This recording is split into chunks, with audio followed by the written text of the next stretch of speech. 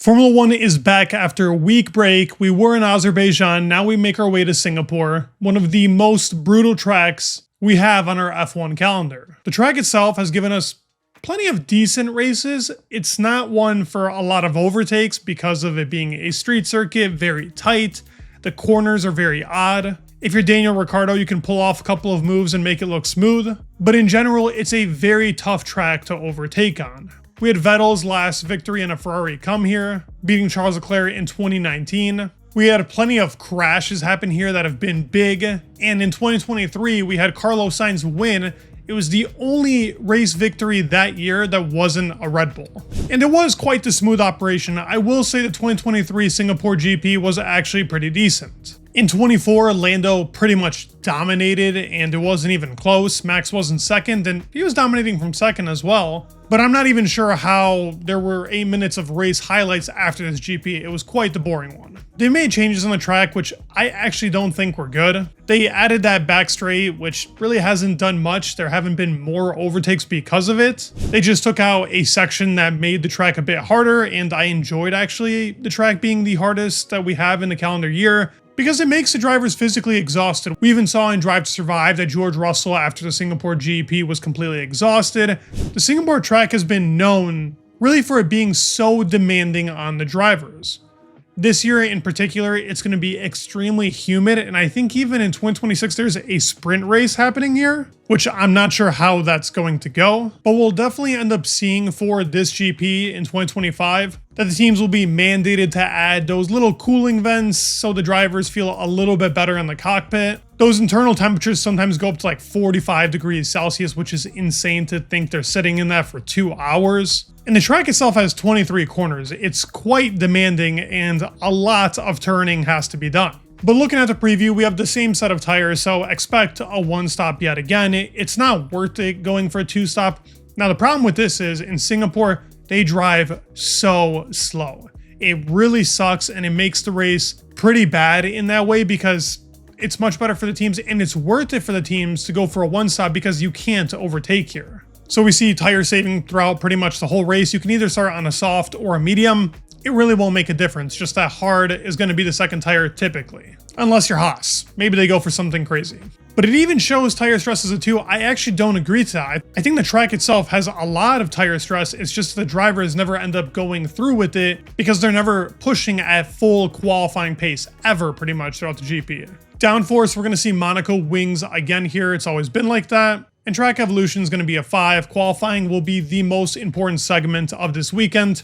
Think of this as Monaco 2.0 pretty much. A little bit different. You can overtake still here. Braking is also going to be a big thing, so I would expect McLaren to be extremely strong here in Singapore. But of course, this is going to be a weekend about Max. He's had one of the most insane Septembers for a Formula One driver, getting that P2 in Zandvoort, 2 P1s, winning the Nürburgring, getting his license in the same month.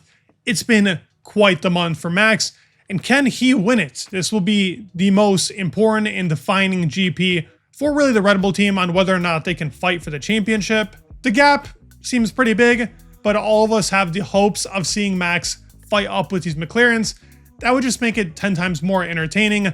You'll see my prediction by the end of the video, and then I'll tell you what I think. I've also heard a couple of rumors that Yuki has about till the Mexico GP to keep proving himself. Baku was definitely a step up. I've heard quite the same for the Alpine drivers as well. Not Gasly, but Colapinto. It's a fight between Colapinto and Paul Aaron. And what's funny, if you actually look at the statistics, in the past couple of GPs, Colapinto's been faster than Gasly. I don't know if that's because he signed the contract, he's living good now, Gasly, and doesn't really care to be fighting for P17 and 16 while Colapinto is fighting for his seat. But regardless, good pace, he's been pretty consistent, he still has a crash or 2 in him. But I would like to see him continue. I don't think we've seen the full potential of Colapinto. We've only seen stints of this guy. And particularly in bad cars. The Williams was okay last year. The Alpine this year is catastrophic. But we're about to go into my predictions. We actually had 3 winners that ended up winning the European Grand Prix series. That was Sandro, Stitchin, and Corrupt. Congrats to you guys for winning and being on the podium in general for the European Grand Prix series. It's going to be a new one now. It's going to be the Asian Grand Prix series. Everybody has a chance to win here. The prizes will be given out for the European leg very soon. But I want to see everybody signing up and making predictions for this weekend. Let me see the delusion you guys have for Max winning or not. Make sure you drop it. Everybody's got a chance here. It's the first of the Asian Grand Prix, and same with America's, with the next actual race weekend being in Coda. So everybody sign up. Love to see you guys on Unchained Media Inc. Let's go over my predictions for this weekend. Okay, per usual, going off the dome, making the predictions with you guys. Let's see how it goes. It's going to be a tricky weekend. As I said, qualifying is the most important aspect to here.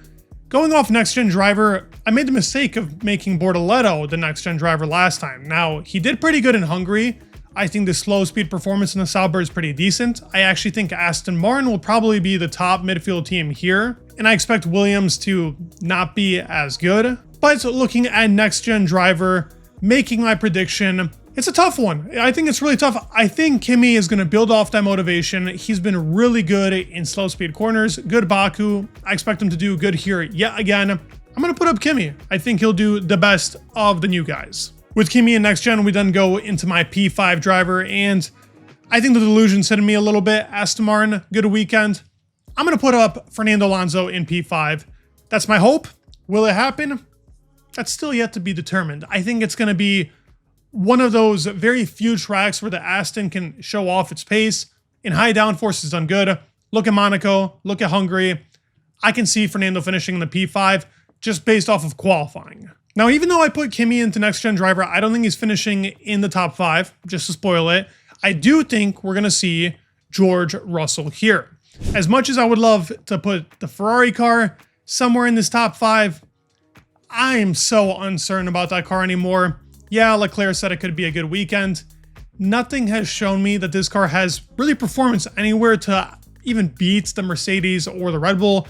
I think the Ferrari by the end of the season will be P4 in the Constructors, unless something magical happens, which whenever I make these predictions, it seems like Ferrari wants to do good. So, hey, maybe I'm a good jinx for you Ferrari fans. But regardless, in P3, this is tough. But the delusion, it ain't hitting me that hard. I have a feeling we're still going to not see Max finish up in P1. I feel like this track is pretty cursed for him in winning. The car has not shown itself off in slow speed corners. Have they eliminated understeer? Yeah, to a degree, but they don't have the mechanical grip the McLaren car has, and I just do not see them winning in qualifying.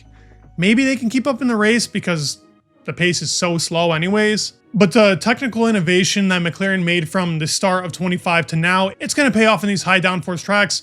Unless the DNF happens, which I'm not expecting, I think Oscar and Lando will do good. So I have P2 Oscar, which then Max won't lose that many points, and Lando will gain on him because I think Lando's going to be P1. He dominated in 24. I think it's a good Lando track. It's all about confidence in the car. Does Lando have it? Well, we can't really know until the weekend starts with him.